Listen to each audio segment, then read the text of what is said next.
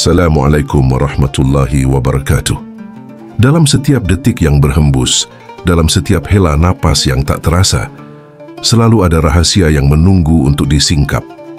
Hari ini, mari membuka satu tirai dari sekian banyak rahasia hidup tentang rezeki, doa, dan cinta ilahi. Ada pertanyaan yang sejak lama bergema dalam hati banyak jiwa. Jika rezeki telah ditentukan oleh Allah sejak sebelum lahir, maka untuk apa berdoa? Jika segala sesuatu sudah tertulis, mengapa masih memohon kepadanya? Pertanyaan ini mungkin tidak diucapkan dengan lisan, tetapi berbisik lirih di dalam dada, terutama saat usaha terasa sia-sia, saat harapan tak kunjung berbuah, atau saat doa tampak mengambang di langit yang sunyi. Apakah berdoa masih perlu jika takdir telah ditetapkan? Apakah permohonan memiliki tempat jika semua sudah pasti?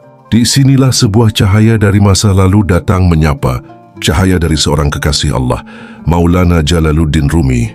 Rumi tidak menjawab dengan logika biasa. Ia tidak membalas pertanyaan dengan dalil yang kaku atau perhitungan sebab akibat. Ia menjawab dengan cinta, dengan rasa, dengan jiwa yang tenggelam dalam samudera keikhlasan. Menurut Rumi, doa bukan sekadar permintaan. Doa bukan seperti surat permohonan kepada raja yang bisa diterima atau ditolak. Doa adalah bentuk kesadaran bahwa diri ini bukan pengatur kehidupan, melainkan penumpang takdir. Doa bukan karena Allah belum tahu apa yang diinginkan, tapi karena hati belum tahu apa yang sebenarnya dibutuhkan. Lihatlah sekeliling. Ada yang bekerja keras siang dan malam, namun rezeki terasa jauh. Ada yang terlihat biasa-biasa saja, tapi keberlimpahan mengalir tiada henti.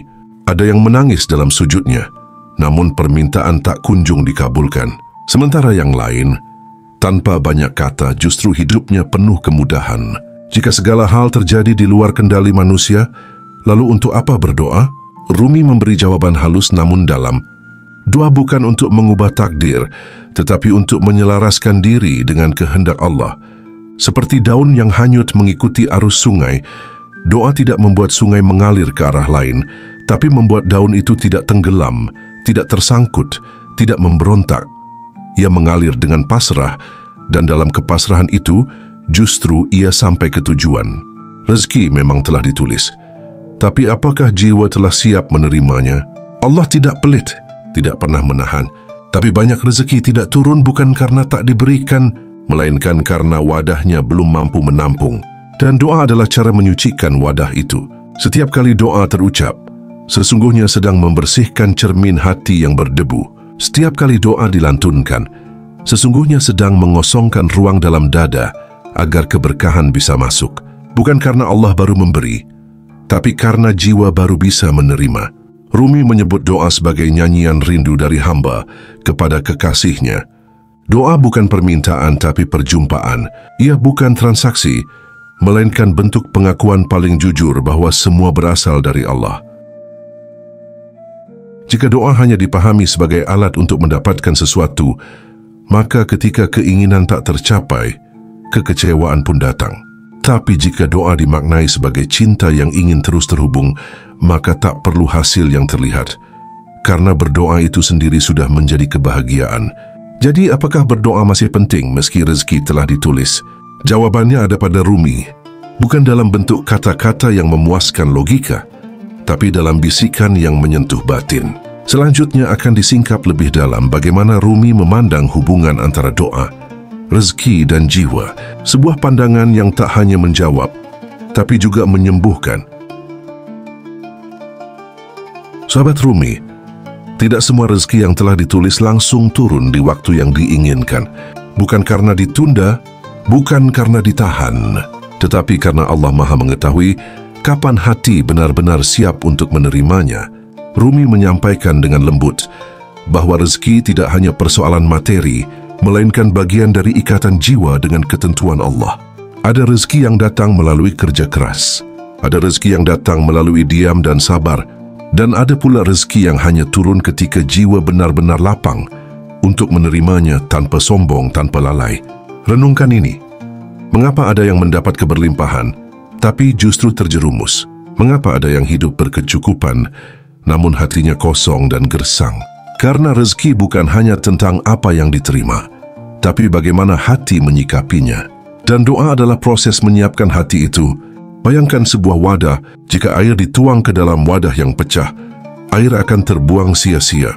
Jika air dituang ke dalam wadah yang kotor, air akan berubah menjadi keruh. Tapi jika air dituang ke dalam wadah yang bersih, lapang dan utuh, air itu akan tetap jernih, menyegarkan, bahkan bisa dibagi kepada yang lain.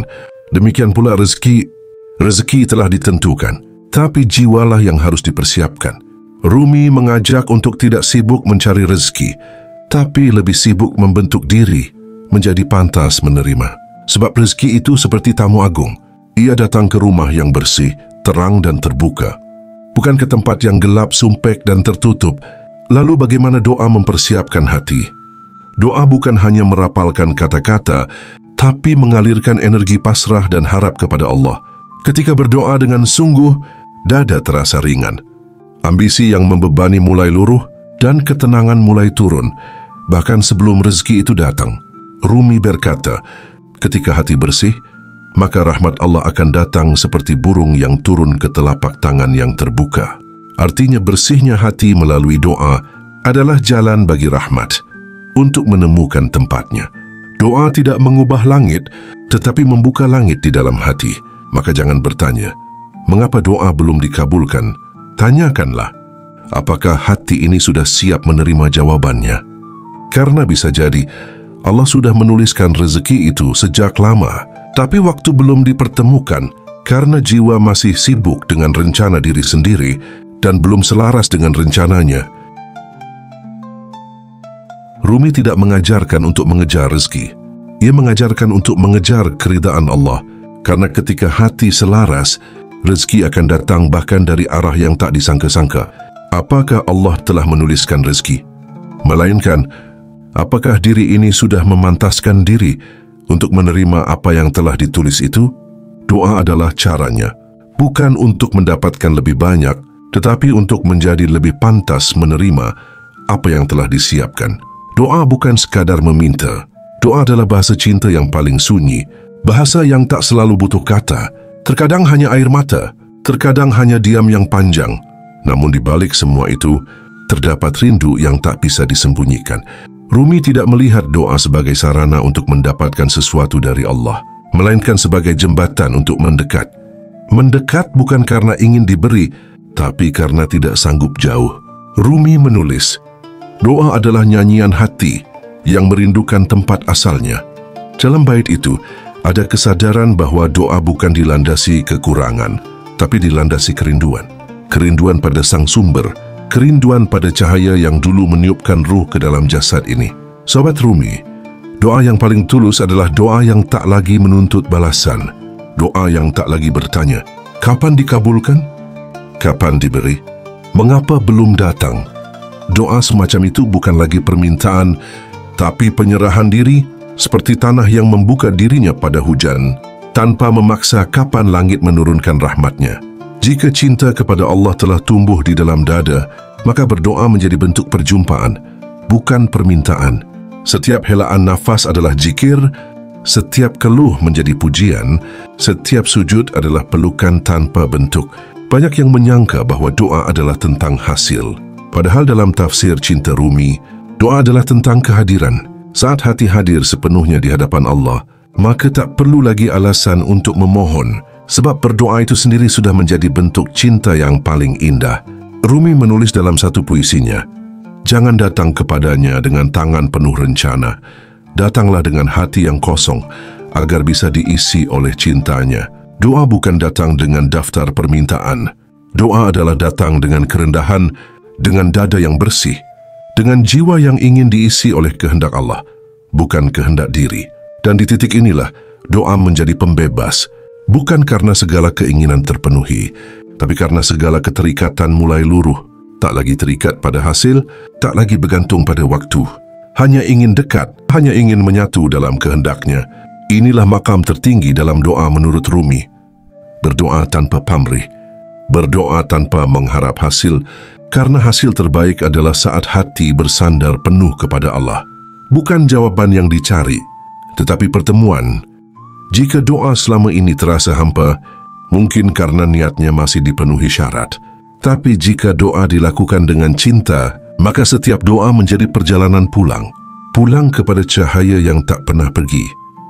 Pulang kepada keheningan yang paling hangat. Kehadiran Allah dalam jiwa.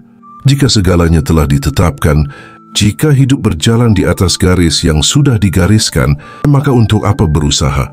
Untuk apa berharap? Dan untuk apa berdoa? Pertanyaan ini telah bergema dari zaman ke zaman. Ia muncul dari hati yang resah, dari jiwa yang ingin memahami arah hidupnya. Dan Rumi tidak membungkam pertanyaan itu dengan kepastian, melainkan membimbing untuk merenung lebih dalam. Rumi memahami takdir bukan sebagai paksaan dari langit, bukan sebagai nasib yang mengebiri kehendak, tetapi sebagai pola keselarasan antara kehendak Allah dan kesiapan jiwa. Dalam pandangan Rumi, doa tidak mengubah ketetapan Allah, tapi bisa mengubah arah jiwa manusia. Agar sesuai dengan ketetapan itu, bayangkan lautan yang luas. Arah angin sudah ditentukan, tapi layar pada kapal bisa diarahkan. Begitu pula hidup, arah angin adalah takdir, tapi layar itu adalah doa. Doa membuat kapal tidak terombang-ambing, tetapi berlayar dengan kesadaran menuju arah yang ditetapkan. Rumi menulis, doa tidak mengubah Allah, doa mengubah siapa yang berdoa. Dan di sanalah letak rahasianya. Sobat Rumi, doa bisa mengubah nasib lahiriah, bukan karena Allah mengubah catatannya, melainkan karena Allah memang telah menetapkan dalam ilmunya bahwa siapa yang bersungguh-sungguh dalam doa akan dijadikan sebab bagi perubahan. Maka perubahan itu bukan di luar takdir, melainkan bagian dari takdir itu sendiri. Seperti benih yang ditanam, tumbuh menjadi pohon, lalu berbuah. Adakah yang bisa menyebut bahwa buah itu datang karena takdir semata tanpa usaha menanam? Begitu pula doa, ia adalah perbuatan, ia adalah bagian dari rangkaian sebab, ia adalah benih, yang jika disiram dengan sabar dan keyakinan, maka buahnya akan datang. Bukan karena memaksa Allah, tetapi karena itulah jalan yang telah ditetapkan olehnya. Rumi memberi gambaran halus tentang takdir. Takdir bukanlah rantai yang mengikat kaki. Takdir adalah jalan yang harus dilalui dengan mata terbuka dan hati pasrah. Dengan doa mata menjadi jernih. Dengan doa hati menjadi pasrah. Dengan doa takdir bukan lagi sesuatu yang menakutkan, tetapi menjadi sesuatu yang penuh makna.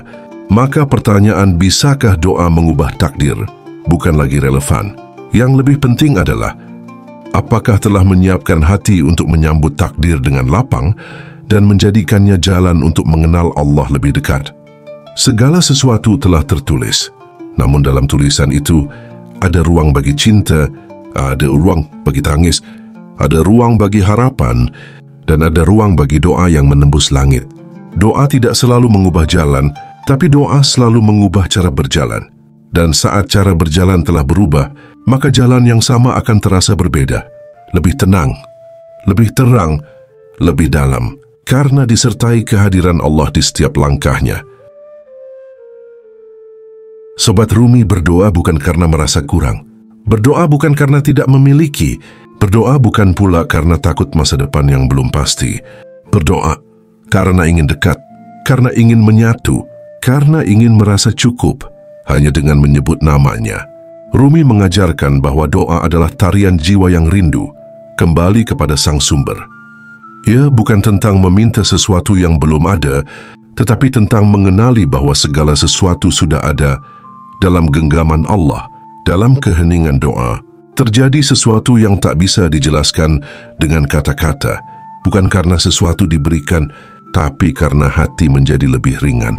Beban terasa larut, dan dunia tak lagi begitu menakutkan. Semua yang telah ditulis oleh Allah bukanlah penjara, tetapi undangan untuk lebih dalam memahami makna kehidupan. Doa menjadikan hati tidak hanya menerima, tetapi juga berserah tanpa kehilangan harap. Rumi menyebut doa sebagai bentuk cinta tertinggi, karena di dalamnya tidak ada paksaan, tidak ada tuntutan, hanya penyerahan penuh dari hamba kepada Allah, dan dalam penyerahan itulah letak kebebasan sejati. Maka jika rezeki telah ditulis, tetaplah berdoa, karena doa bukan untuk mengubah tulisannya, tapi untuk mengubah cara hati membaca takdir itu, agar yang awalnya dianggap kekurangan berubah menjadi kelimpahan, agar yang awalnya terlihat sebagai kegagalan berubah menjadi jembatan menuju makna. Doa adalah bisikan yang menyatukan bumi dan langit. Ia adalah jembatan cinta antara yang fana dan yang abadi. Ia bukan sekadar ritual, melainkan perjumpaan yang sunyi dalam ruang yang hanya Allah dan hambanya yang tahu. Dan sebagai kesimpulan akhir, jika rezeki telah ditulis, maka berdoalah bukan untuk meminta yang belum tentu datang, tapi untuk membuka pintu hati, agar ketika rezeki itu tiba, jiwa telah siap menerimanya, tanpa lupa kepada zat yang mengirimkannya. Semoga setiap doa yang terlantun menguatkan langkah di dunia dan menuntun jiwa menuju Allah dengan cinta yang terus tumbuh. Jika video ini mengandung makna, jangan lupa tulis di komentar "Aku siap berkelimpahan" sebagai doa agar hati selalu lapang menjalan ke takdir ilahi. Wassalamualaikum warahmatullahi wabarakatuh.